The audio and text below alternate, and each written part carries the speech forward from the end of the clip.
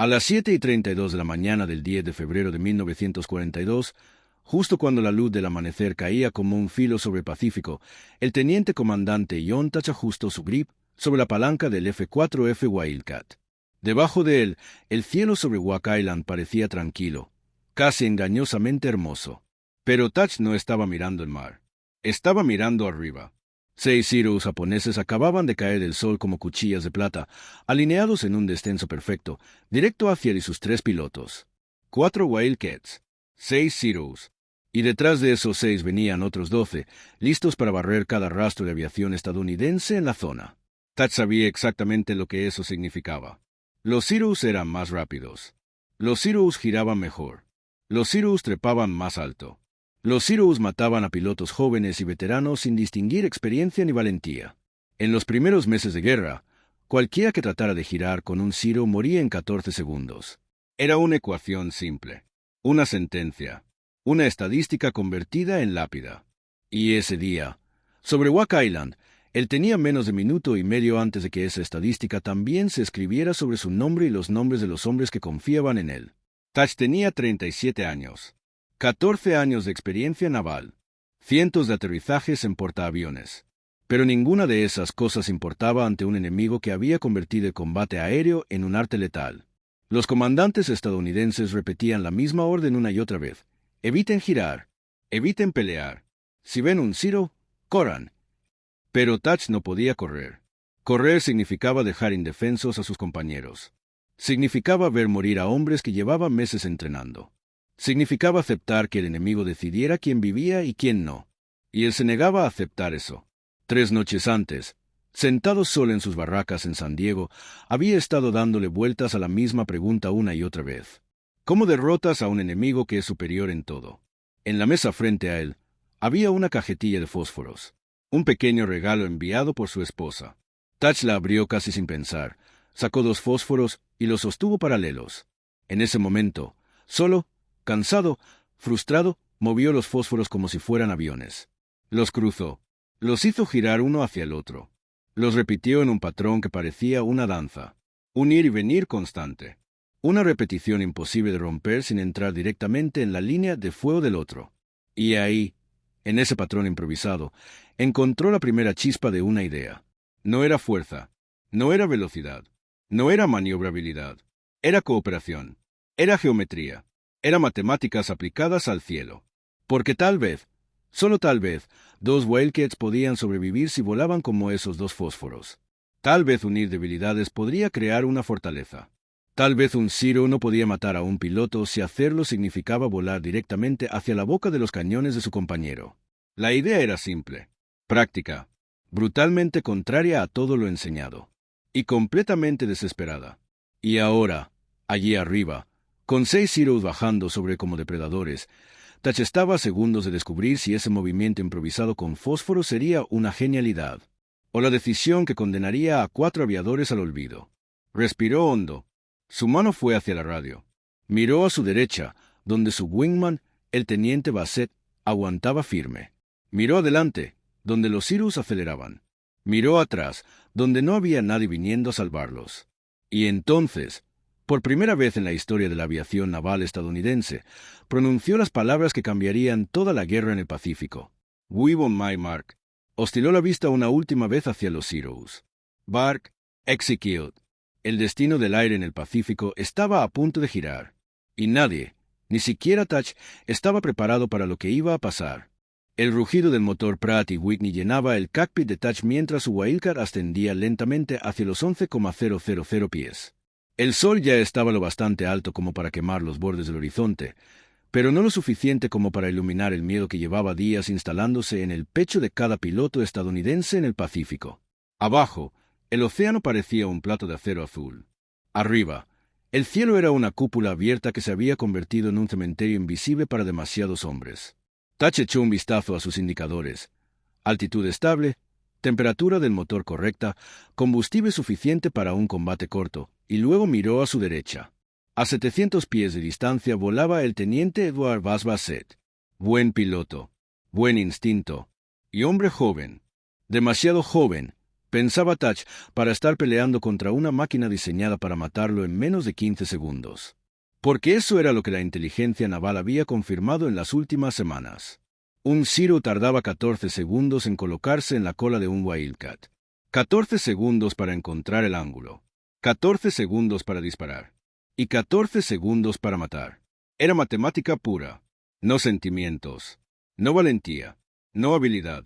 Solo física. Solo geometría.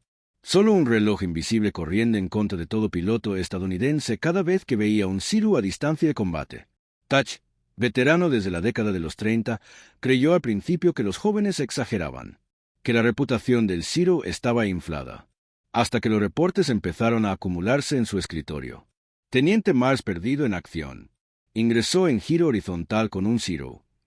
Aviador M-Klein derribado al intentar girar hacia el enemigo.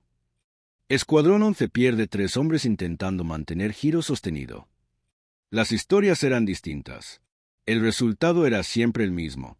Intentar girar con un Zero era un suicidio educado.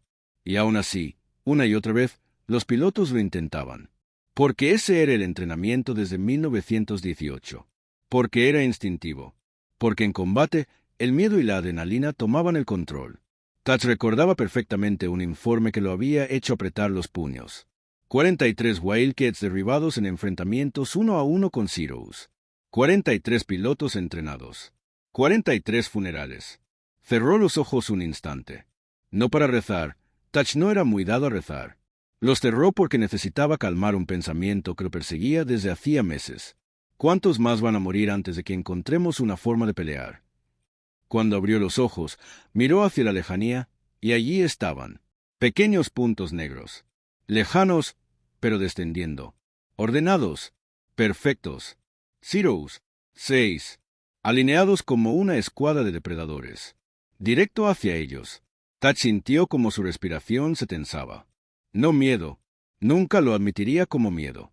Pero si la conciencia aguda de que, en ese instante, él y sus hombres estaban a un giro de distancia de la muerte. La radio crujió. Aquí va a ser 6. ¿Comandante? ¿Son 6? 6, respondió Touch de inmediato. Y no vienen de paseo.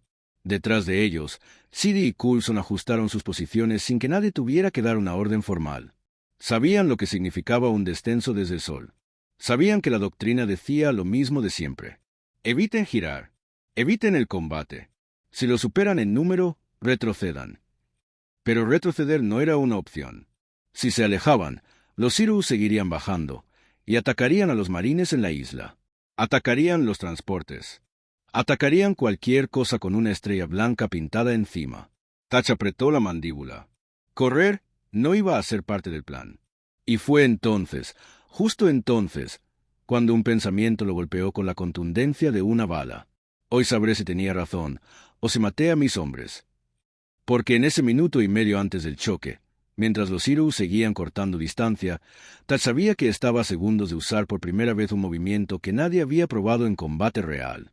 El movimiento de los fósforos. La coreografía imposible. La idea que violaba el manual naval. La táctica que ningún instructor aprobaría. El whip. Respiró profundo, elevó ligeramente la nariz del Wildcat, y se preparó para desafiar 24 años de doctrina aérea. Los Zeros seguían descendiendo, alineados como veloces cuchillas. Y el reloj de los 14 segundos ya había empezado a correr. Antes de que sigas, imagina estar en el aire, rodeado de enemigos más rápidos, más ágiles y con años de experiencia que tú. Cada decisión que tomas puede ser la última. Eso era la realidad de John Touch y sus pilotos sobre Wack Island y más tarde en Midway. Lo que estás a punto de descubrir no es solo historia. Es como un simple truco con 2 matchsticks cambió la manera de volar y sobrevivir en combate aéreo, salvando más de 2,000 vidas americanas en la Segunda Guerra Mundial. Si quieres ver cómo Touch convirtió la desesperación en innovación y derrotó a la superioridad japonesa, dale like, suscríbete y activa la campana de notificaciones, porque la historia que sigue es intensa, audaz y absolutamente increíble. Los segundos se comprimían. Los 6 Zeros descendían como si estuvieran atados a un hilo invisible. Era una caída controlada, perfecta, silenciosa para cualquiera que no estuviera dentro de un avión con un motor rugiendo a 2,000 revoluciones por minuto. Pero Touch sabía leer un ataque. Podía sentirlo la forma en que las siluetas japonesas temblaban apenas mientras bajaban. Esos pilotos venían con sed de derribo. Basset habló otra vez por radio, su voz más tensa que antes. «Comandante, ¿qué hacemos?» Touch no respondió de inmediato. Se obligó a mirar su altímetro. 11,700 pies. Los Sirius ya estaban unos 1,500 por encima, ganando velocidad. Eso les daba energía, les daba ángulo, les daba la iniciativa. También los convertía en proyectiles humanos. Sidi, detrás y a la izquierda, intervino. «Sir, si intentamos trepar nos van a comer vivos». Tenía razón. Los Wildcat trepaban como si cargaran un piano amarrado al ala. Un Zero, en cambio, subía como si la gravedad fuera opcional. Coulson, el más joven del grupo, añadió con voz temblorosa. Estamos muy abiertos. Si nos agarran así, si los agarraban así, sería una masacre rápida. Los japoneses tenían una habilidad quirúrgica para desmembrar formaciones dispersas. Les bastaba un error para partirlos en dos. Touch lo sabía. Su cerebro repasaba cada informe, cada patrón, cada muerte. Pero también sabía que tenía algo. Algo tan simple que parecía idiota. Algo tan arriesgado que parecía suicida. Algo que había practicado con fósforo sobre una mesa de madera durante 3 noches seguidas mientras la base dormía. El Guib.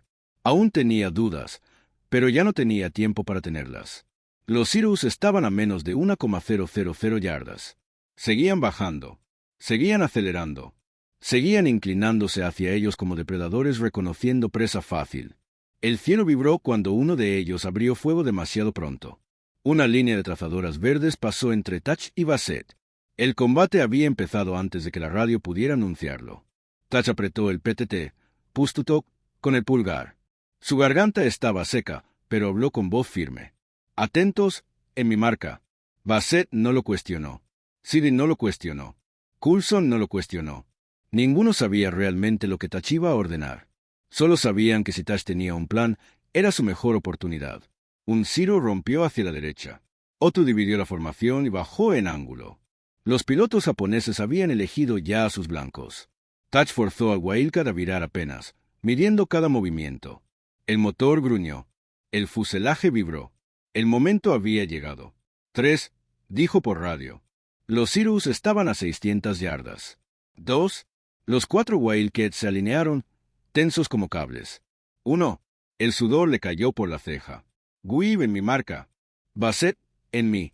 Lo dijo así, con fuerza, con certeza, con la decisión de un hombre que sabía que, si se equivocaba, 4 familias recibirían telegramas de pésame antes del amanecer. Basset no dudó un solo instante. Viró su Wildcat hacia Touch. Touch viró hacia Basset. 2 aviones dirigiéndose uno hacia el otro como si la locura se hubiera apoderado de ambos. Sidi jadeó por radio. «Van a chocar». Coulson gritó. «Comandante, cuidado». Pero Touch no modificó ni un grado. Era el momento exacto. Era la primera vez. Era el punto donde las matemáticas y la sobrevivencia se encontraban. Los Sirius creyeron que los americanos perdían control, que entraban en pánico. Pero no. Era la coreografía que Touch había soñado. El dibujo imposible que había repetido con los fósforos. A 400 yardas, Basset y Touch tiraron de la palanca, uno hacia la derecha, el otro hacia la izquierda. Los Wildcats cruzaron. Un cruce perfecto. Limpio. A 200 pies de separación. Sin tocarse. Y en ese cruce, todo cambió. El Zero que venía detrás de Basset bajó un poco más para alinearse. Entró con velocidad. Siguió al Wildcat como mandaba el manual japonés. Pero no esperaba que, al seguirlo, se alinearía directamente con Touch. La boca del Zero se abrió en un destello verde. Las trazadoras salieron. Y entonces el Wildcat de Touch apareció en su parabrisas delantero. Apenas una fracción de segundo. Un instante suspendido. Un error fatal para él. Touch apretó el gatillo. 6 ametralladoras, 50 tronaron al unísono. La vibración recorrió sus brazos.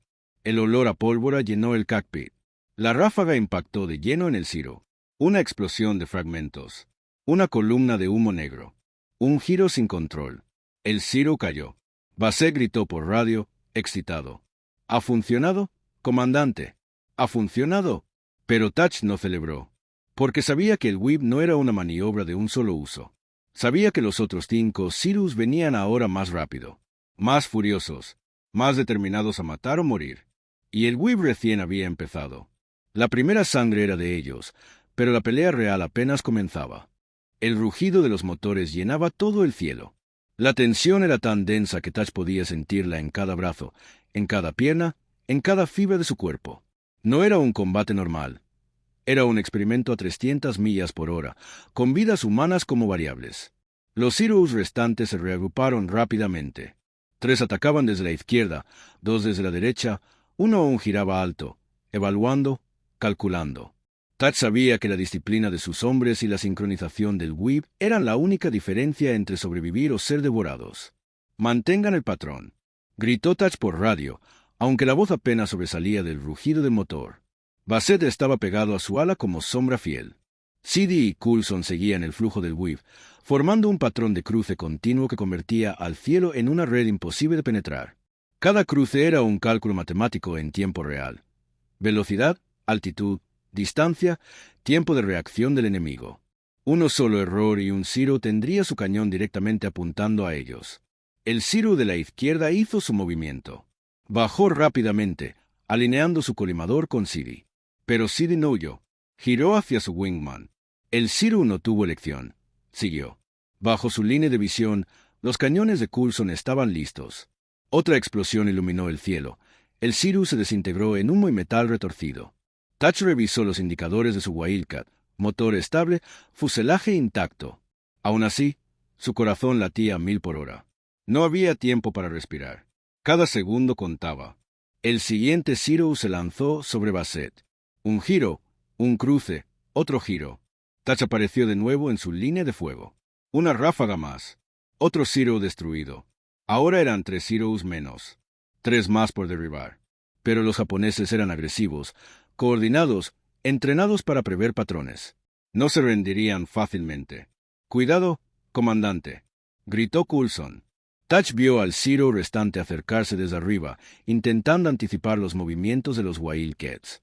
Este era el que había estado esperando, el piloto más experimentado, el que podría arruinar toda la formación si encontraba la brecha. Touch no iba a permitirlo. Se inclinó sobre los controles, calculó la trayectoria, midió la distancia, sintió el aire cortar contra su rostro. Giró hacia su wingman. Bassett respondió inmediatamente. Otro cruce perfecto. La velocidad del Zero se convirtió en su enemigo.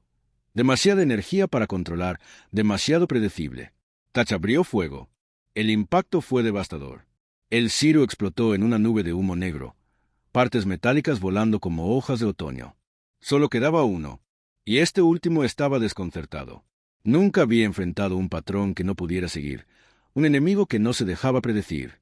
Touch y Bassett cruzaban de nuevo. Siddy y Coulson lo seguían, un tejido en movimiento imposible de romper. El Zero intentó un ataque frontal. Touch vio la oportunidad. Calculó el tiempo exacto. Un giro, un cruce, un disparo. Se acabó. El silencio que siguió fue abrumador. 6 Zeros habían atacado 4 Wildcats, y todos los estadounidenses seguían en el aire. Touch respiró hondo. No era momento de alegría todavía. Los números podían engañar, y los refuerzos japoneses podían aparecer en cualquier momento. Pero la sensación era clara, el Weave funcionaba. Bassett gritó por radio, excitado. «Comandante, funcionó. Todos estamos vivos». Touch no sonrió. Aún no. Miró alrededor, evaluando la formación, asegurándose de que nadie estuviera dañado, que todos tuvieran control. El Weave no era magia, era una herramienta. Y ahora, finalmente, había demostrado que podía salvar vidas. Mientras ascendían de nuevo, Touch pensó en los fósforos sobre su mesa en San Diego. 2 simples palitos de madera que se habían convertido en la diferencia entre la vida y la muerte. Los movimientos que había ensayado durante semanas se habían materializado en un lienzo de metal y cielo, y había funcionado bajo la presión más intensa imaginable. Pero el día estaba lejos de terminar, porque esto no era una victoria completa. Solo la primera prueba.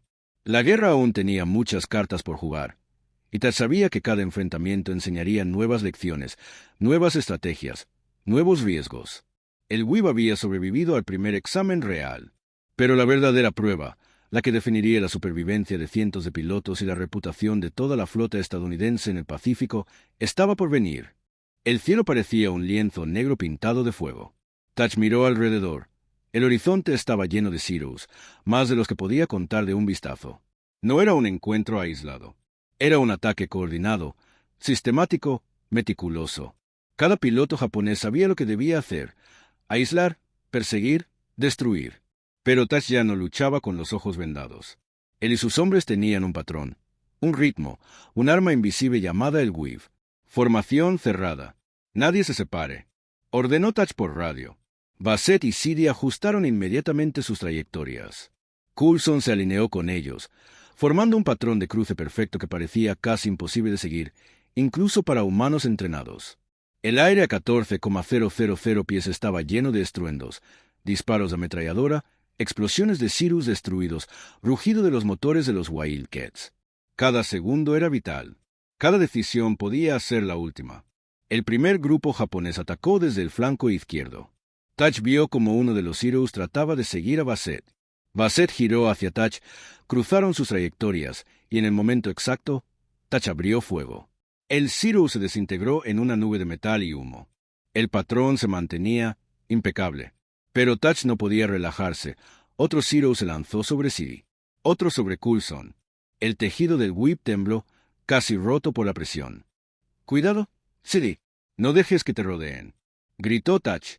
Sidi ajustó su rumbo, giró hacia su wingman, y Coulson respondió al instante. El whip volvió a estabilizarse, como si fuera un organismo vivo. Flexible, reactivo, impredecible para los enemigos. Dos Cirrus más se perdieron en explosiones que parecían iluminar el cielo de forma intermitente. Pero el enemigo no se rendía. Habían aprendido rápido. Ahora atacaban en olas coordinadas, intentando flanquear a los Wildcats, forzar errores, aprovechar cualquier brecha. Touch comprendió algo crucial. El Wii funcionaba mejor cuando todos los pilotos ejecutaban a la perfección. Un error mínimo y el patrón podía colapsar. De repente, un Zero emergió desde la altura. Se lanzó en picado sobre Basset. Basset reaccionó inmediatamente. Giró hacia Touch, cruzando sus trayectorias. Touch abrió fuego, pero el Zero había calculado el movimiento. Un segundo crítico, y los proyectiles del Wildcat apenas rozaron el fuselaje enemigo. Touch no podía permitir que eso se repitiera. Todos repasen la formación. No dejen que un Zero se nos acerque sin castigo, ordenó. Los 4 Wildcats se ajustaron al patrón. El Whip se volvió más agresivo, más audaz. No solo cruzaban, sino que ahora variaban los ángulos, las velocidades, las alturas. Cada cruce era un cálculo preciso de energía y tiempo, una danza mortal en la que la vida de cada piloto dependía del otro. Otro Zero atacó desde el flanco derecho. Sidi giró hacia Coulson, Coulson hacia sí, Touch hacia Basset, Basset hacia Touch. Un círculo perfecto de protección. El Zero se encontró atrapado en un fuego cruzado y explotó en llamas. 3 Zeros más derribados en cuestión de segundos. El cielo estaba marcado con humo, fragmentos, destellos de metales incendiados. Touch respiró profundamente. Había sobrevivido a 6 Zeros en la primera prueba, pero ahora era diferente. Un ataque múltiple, más rápido, más inteligente, más mortal. El Whip no solo salvaba vidas, también enseñaba disciplina, sincronización, confianza mutua. Era más que táctica, era filosofía de supervivencia. Pero el verdadero desafío estaba por llegar. Touch vio en la distancia más contactos enemigos, una ola que se aproximaba como un tsunami. 12 Zeros, posiblemente más, convergiendo sobre ellos, ajustando velocidad, midiendo reacciones. El Whip había funcionado hasta ahora, pero ¿podría sostenerse bajo un asalto así de brutal? Touch ajustó los controles, miró a Basset, así, a Coulson, y les recordó lo esencial. Recuerden los fósforos. 2 puntos cruzando caminos. Nunca solos. Siempre juntos. Sobrevivan. Ahora, el aire se volvió denso con la certeza del combate. Todos sabían que la próxima maniobra definiría si sobrevivían o si sus nombres se unirían a la lista de los que nunca regresarían a casa. Pero esto no termina aquí. Lo que acabas de ver es solo el principio de cómo un simple par de Matchsticks salvó miles de vidas. Pero la historia de Touch no termina con la primera victoria. La flota estadounidense todavía enfrentaba desafíos que pondrían a prueba su ingenio y coraje como nunca antes. En los próximos capítulos, veremos ataques aún más masivos, maniobras imposibles y enemigos que aprendieron a anticipar el Weave. Cada decisión de Touch y sus pilotos podría significar la diferencia entre la vida y la muerte, y lo que parecía invencible, ahora se enfrentará a la mente más innovadora de la guerra aérea. Si crees que los Heroes no volverán, piénsalo otra vez. Si crees que la táctica no será probada hasta sus límites, prepárate para ver cómo el WIB enfrenta su prueba definitiva. Haz clic en suscribirte y activar las notificaciones, porque la próxima parte es cuando la verdadera prueba del WIB arranca y los cielos del Pacífico se tiñen de fuego y acero. El sol de la mañana apenas iluminaba las nubes cuando Touch vio la ola aproximarse. 12 Zeros a plena velocidad, 3 veces la cantidad de Wildcats que tenía, convergiendo desde todos los ángulos. No había margen para errores. Cada segundo contaba. Cada decisión podía ser la última. ¿Formación? Ahora, ordenó Touch por radio, la voz firme pero con un hilo de urgencia. Bassett, CD y Coulson ajustaron sus trayectorias. El WIB ya no era un patrón cómodo, era una coreografía de vida o muerte. Cada cruce, cada giro, cada maniobra tenía que ser perfecto. Cualquier desviación y los Heroes podrían penetrar su defensa. El primer grupo japonés atacó desde el flanco izquierdo. Touch giró hacia Bassett, Bassett giró hacia Touch. El Zero que los perseguía no esperaba lo que venía. En cuanto se comprometió con Bassett, Touch apareció en su trayectoria. Una ráfaga de 50 calibres atravesó la cabina del Zero.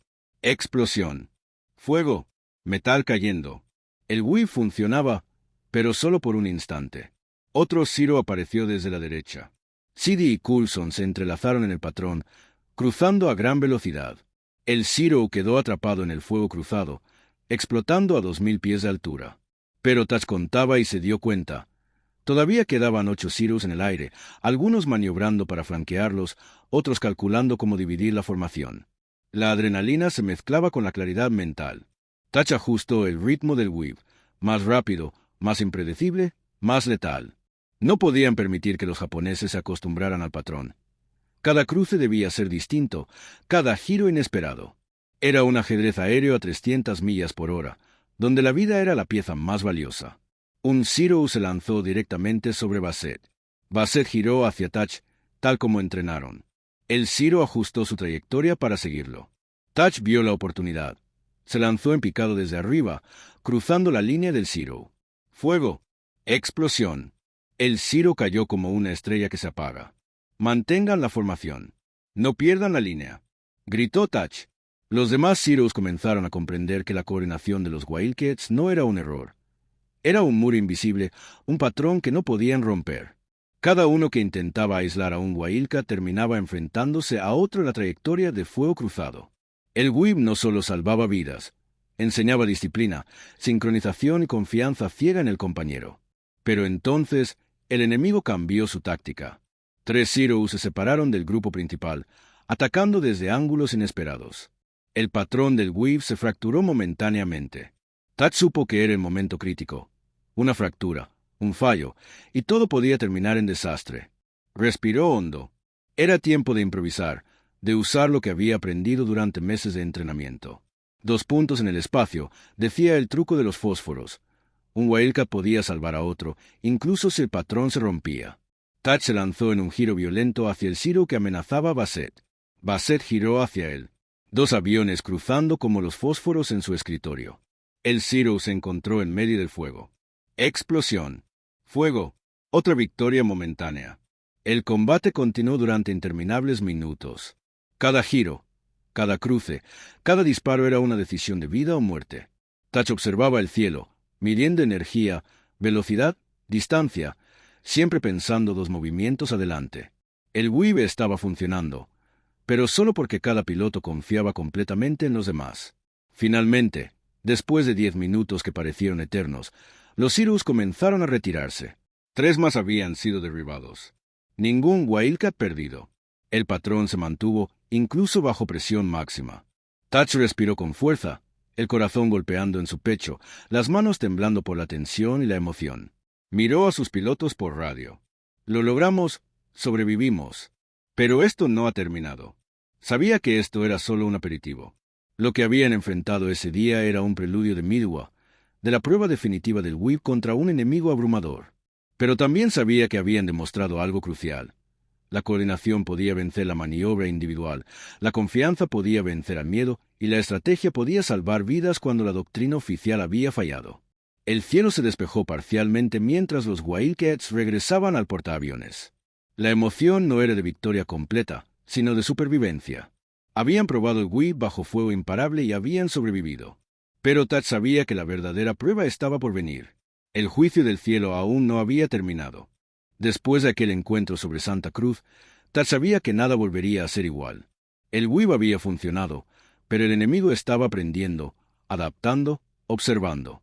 Cada victoria traía nuevas amenazas, y cada amenaza requería preparación meticulosa. El USS Yorktown surcaba las aguas del Pacífico rumbo a Midway. Tad caminaba por la cubierta, los ojos fijos en el horizonte, los oídos atentos a cada informe radar y cada mensaje de radio. Cada Wildcat en la cubierta representaba más que un avión. Representaba vidas que dependían de él, de un patrón de maniobras que había nacido de unos fósforos en su escritorio en San Diego. En el hangar, las tripulaciones revisaban los motores, ajustaban el armamento, repasaban las trayectorias de vuelo. Tad inspeccionaba a cada piloto. Bassett, Hill, Coulson, sus nombres resonaban en su mente como una lista sagrada.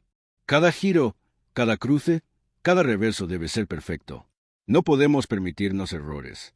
No esta vez, les recordó con voz firme. Durante semanas, Tad había intensificado el entrenamiento.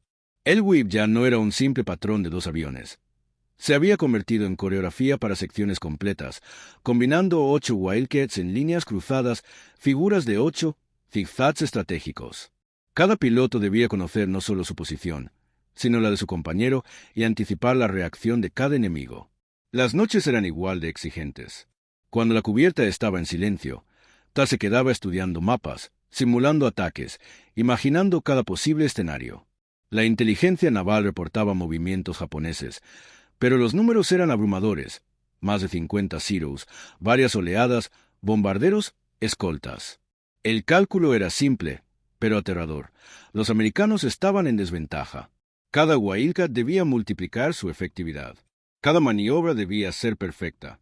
Recuerden la regla de los fósforos, decía Tad a sus pilotos una y otra vez. 2 puntos en el espacio. Si uno está en peligro, el otro debe aparecer en su línea. Cruzarse, cubrirse, sobrevivir juntos. Bassett miraba los fósforos en la mesa del briefing, replicando en miniatura los patrones. Es extraño, pero lo entiendo. Touch. Funciona. No es extraño, Bassett. Es necesario. Touch respondió. Es la diferencia entre volver a casa o no.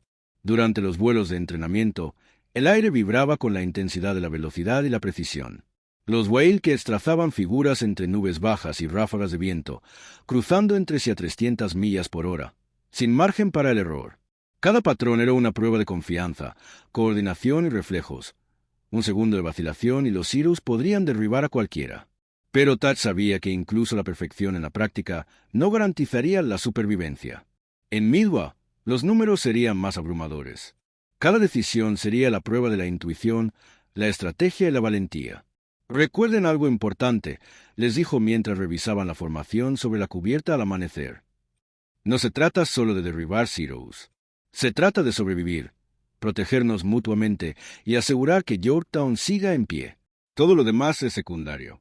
Mientras los días pasaban, el patrón del Whip se convirtió en segunda naturaleza. Los pilotos no tenían que pensarlo. Sus instintos guiaban las maniobras, sus cuerpos y aviones se movían como un solo organismo. Era elegante, mortal y extremadamente eficaz. Pero Tad sabía que la verdadera prueba estaba a la vuelta de la esquina.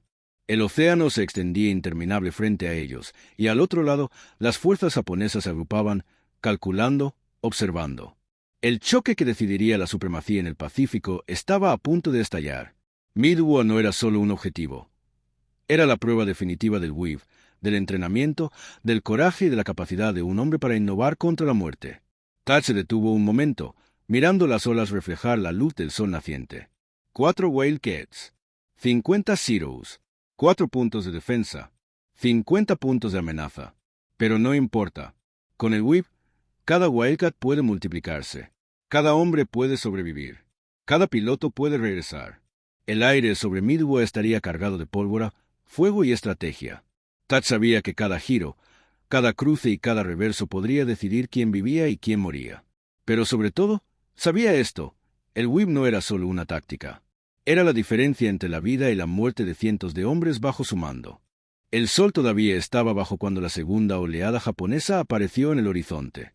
Thatch contaba 24 Zeros, escoltando 30 bombarderos en línea de ataque perfecta.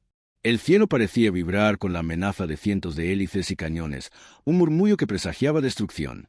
Thatch ajustó su casco, revisó la alineación de sus pilotos y recordó las horas de entrenamiento, los fósforos, los diagramas y los interminables vuelos sobre el Pacífico. Pers, Mantan Weave. Focus on your wingman, no desviarse. Ejecuten al unísono. Su voz resonó por la radio, firme y calmada. Bassett estaba a su derecha. Seeley y Coulson completaban la sección. Otras 2 secciones de Wildcat se unieron, formando un total de 8 aviones estadounidenses listos para el choque. Los japoneses atacaron desde 3 direcciones distintas, probando a los americanos, buscando romper la coordinación perfecta. Pero esta vez Thatch no estaba solo. Sus pilotos habían entrenado durante semanas, cada giro y cada cruce ejecutados hasta la automatización. Cuando un Zero se lanzó hacia Bassett, este giró hacia su wingman. Cuando otro se comprometió con Seeley, Coulson estaba listo para interceptar. Cada cruce era una trampa mortal para los perseguidores, un laberinto de fuego que convertía la superioridad japonesa en confusión. Explosiones llenaban el cielo. Los Zeros caían en llamas o huían en desbandada. Cada pareja de Wildcat se movía como un solo organismo, cruzando, cubriéndose, disparando, sobreviviendo. El Weave, que había nacido de la desesperación y unos simples fósforos, ahora era un muro de defensa en movimiento. Pero Thatch sabía que no podían confiarse. Los japoneses adaptaban, analizaban, estudiaban cada movimiento. Cuando una tercera ola apareció desde el este, los Wildcat enfrentaron la prueba más dura. 18 Zeros atacando desde un ángulo que ninguna formación estándar podía cubrir.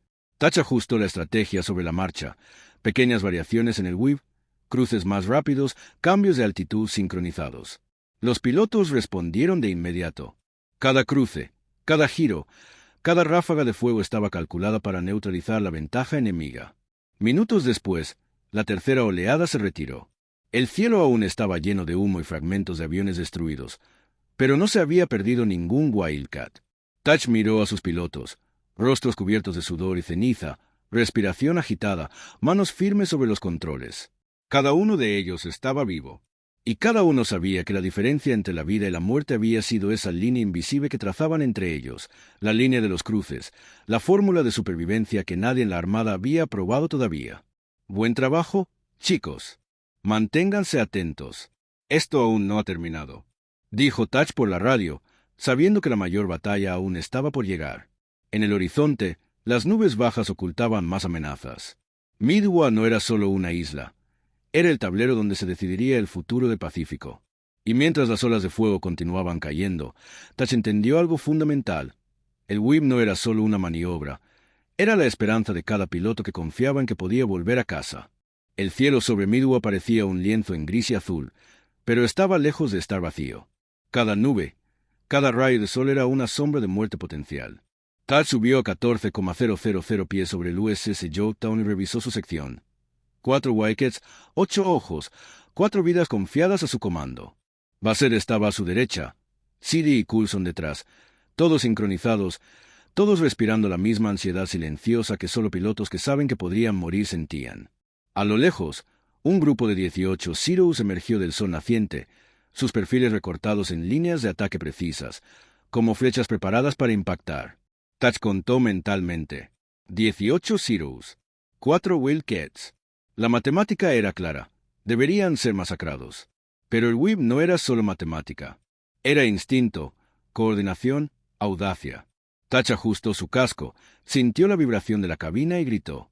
Pers, Weave on my mark. Manténganse cerca de su wingman. La única manera de sobrevivir es juntos. La primera oleada atacó desde el noreste. 3 Zeros se lanzaron directamente hacia Bassett. Bassett giró hacia Thatch, iniciando el primer cruce. Thatch respondió, cruzando en ángulo perfecto. Los Zeros, confiados en su superior maniobrabilidad, siguieron a su objetivo. Y ahí estaba el truco. Cada Zero que perseguía a uno de los Wildcats volaba directamente hacia la línea de fuego de otro Wildcat. Explosiones iluminaban la mañana mientras los japoneses empezaban a comprender que no serían fáciles presas. Pero entonces algo inesperado ocurrió. 6 Zeros más atacaron desde el flanco izquierdo, mientras los otros 3 trataban de reagruparse para cubrir la retirada. El Weave se fracturó momentáneamente. Basset gritó por la radio, el pánico apenas contenido en su voz. Touch, tenemos múltiples direcciones. No puedo cubrir a todos. Touch respiró hondo. Este era el momento que había anticipado, pero nunca había practicado. El Weave frente a un ataque multiángulo. Rápidamente ajustó la formación. Cada pareja debía mantener el cruce, pero ahora con pequeñas variaciones. Giros más rápidos, cambios de altitud, microcruces para confundir a los perseguidores. Confíen en la maniobra. Manténganse vivos. El Weave sigue funcionando, solo que hay que adaptarse. Un Zero se lanzó hacia City. Coulson, reaccionando instintivamente, se cruzó hacia él, formando un cruce perfecto en el aire. El Zero quedó atrapado entre los dos Wildcat y la descarga de ametralladoras fue devastadora. Otro Zero intentó atacar a Basset desde la derecha, pero el mismo patrón se repitió. Giro hacia su wingman, persecución directa hacia los cañones enemigos, explosión en llamas. El cielo parecía un tablero de ajedrez en movimiento, cada avión una pieza con vida propia, cada decisión crítica.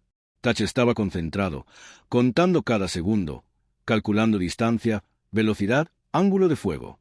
Un Zero se acercaba a él desde arriba, intentando usar la ventaja de altura. Touch ejecutó un giro brusco hacia Basset, obligando a japonés a corregir.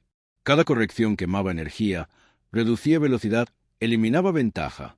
En 40 segundos, el Zero se encontraba a la misma altitud y velocidad que Touch, sin ventaja. El piloto japonés rompió el ataque y el Wildcat de Touch lanzó fuego preciso. El Zero explotó en llamas sobre el Pacífico. Pero la batalla no había terminado. 8 Zeros todavía rondaban, tratando de aislar a una pareja. Touch gritó órdenes claras y cortas, adaptando el Weave a la nueva situación. City, Coulson, cubran Basset. Yo voy por los altos. Cada piloto confiaba en su wingman, cada movimiento coordinado, cada giro calculado, cada cruce salvando una vida. En el lapso de 12 minutos, 5 Zeros fueron derribados, todos por el patrón de cruce, mientras los 4 Wildcats permanecían intactos, una victoria impensable contra 18 enemigos. Cuando los últimos Zeros huyeron, Touch miró a sus hombres. Respiración agitada, sudor mezclado con polvo de ceniza de los disparos. Nadie resultó muerto. Nadie perdió el avión. El Weave había resistido incluso el ataque más coordinado y brutal que los japoneses podían organizar. Buen trabajo, chicos. Lo hicieron. El Weave funcionó. Todos vivos, dijo Touch, con la voz firme pero temblando por la tensión. Mientras descendían hacia el portaaviones, cada piloto entendía algo fundamental. La verdadera fuerza del Weave no era velocidad, ni maniobrabilidad, ni fuego, sino confianza y coordinación absoluta. Ese día, la doctrina americana cambió para siempre. El Weave se había probado en combate real, bajo condiciones extremas, y había salvado vidas donde la matemática solo ofrecía muerte. Touch supo que este momento definiría no solo su carrera, sino el futuro de la guerra aérea en el Pacífico. El rugido de los motores se mezclaba con el oleaje y los gritos de la tripulación mientras los Wildcats regresaban al USS Yorktown. Touch bajó lentamente la palanca de gases, observando cada avión que aterrizaba. Basset, City y Coulson, todos a salvo. Sus Wildcats relucían con impactos de metralla, pero seguían en vuelo. Por primera vez en meses, ninguno de sus hombres había muerto por un Zero. En cubierta, los mecánicos corrían hacia ellos, revisando motores, alas y fuselajes, mientras los pilotos se miraban con alivio. Touch vio cada agujero en la chapa y recordó los 43 pilotos muertos en combates uno a uno antes de que su idea existiera. Cada marca era un recordatorio de por qué había diseñado el Weave, de por qué había enseñado a sus hombres a volar como un solo organismo. Almirante Nimitz quiere ver el reporte completo, gritó un oficial de cubierta. Touch asintió. Durante meses había trabajado en algo más que maniobras. Había trabajado para salvar vidas. Cada error, cada ensayo, cada noche mostrando los matchsticks a sus pilotos había valido la pena. Mientras redactaba el informe, detalló cada movimiento, cada cruce, cada Zero derribado y la coordinación precisa de sus pilotos. Diagramas, fotos de la cabina, testimonios de Basset, City y Coulson. Todo demostraba que la maniobra funcionaba bajo presión, incluso contra ataques coordinados y superiores en número. La noticia del éxito del Weave se difundió rápidamente entre las escuadras. Pilotos de otras unidades comenzaron a imitar la maniobra, primero con timidez, luego con confianza. Pronto, el whip se convirtió en un lenguaje compartido en el aire. Cada piloto sabía que su wingman estaba allí para cubrirlo, que juntos eran más que la suma de dos Wildcat. El impacto fue inmediato. Antes del whip, por cada 10 Wildcats que entraban en combate con Zeros, solo 4 volvían. Después de la adopción parcial de la táctica, los resultados cambiaron. Por cada Wildcat perdido, los pilotos estadounidenses derribaban 2 o incluso 3 Zeros. La moral de la flota se elevó, y la confianza de los pilotos creció como nunca antes. Thatch fue llamado a entrenar a todas las unidades del Pacífico. Morning briefings, afternoon flights, night debriefs, mostró los matches, dibujó diagramas, voló demostraciones. Cada piloto debía aprender a ejecutar el whip con precisión, sincronizar movimientos y prever los ataques enemigos. Cada entrenamiento reforzaba la idea. 2 aeronaves cruzando caminos correctamente podían neutralizar al enemigo más letal. Mientras tanto, Thatch reflexionaba sobre lo que significaba para sus hombres. No era solo la supervivencia de ese combate, sino la promesa de que nadie más tendría que morir porque los manuales decían que así debía ser. El whip era una forma de proteger la vida de cada piloto, y su mayor satisfacción no sería un ascenso ni medallas, sino ver a cada aviador regresar a casa sano y salvo. Con cada victoria, el whip ganaba reputación. La Navy finalmente lo adoptó como doctrina. Pero incluso cuando la táctica se expandió, Thatch no dejó de entrenar. Observaba a los nuevos pilotos, corregía errores, ajustaba tiempos y ángulos. Sabía que cada segundo y cada cruce podía significar la diferencia entre la vida y la muerte. Y mientras los Wildcats descansaban en cubierta, Thatch quitó el casco y observó las estrellas. Cada estrella parecía un piloto perdido en meses anteriores, cada una un recordatorio de por qué había inventado el whip. Los Zeros ya no eran invencibles. La habilidad, la coordinación y la audacia habían nivelado la balanza. El whip no solo había salvado 4 vidas aquel día, había salvado miles. Por primera vez, los pilotos estadounidenses podían enfrentarse a la superioridad numérica y tecnológica de los japoneses con confianza, sabiendo que la cooperación y la estrategia podían superar cualquier ventaja enemiga. Con el tiempo, el whip se convirtió en estándar en toda la flota. P-38S, P-40S e incluso bombarderos adaptaron sus patrones de vuelo para aplicar la misma lógica. Cruzarse, cubrirse mutuamente, sobrevivir juntos.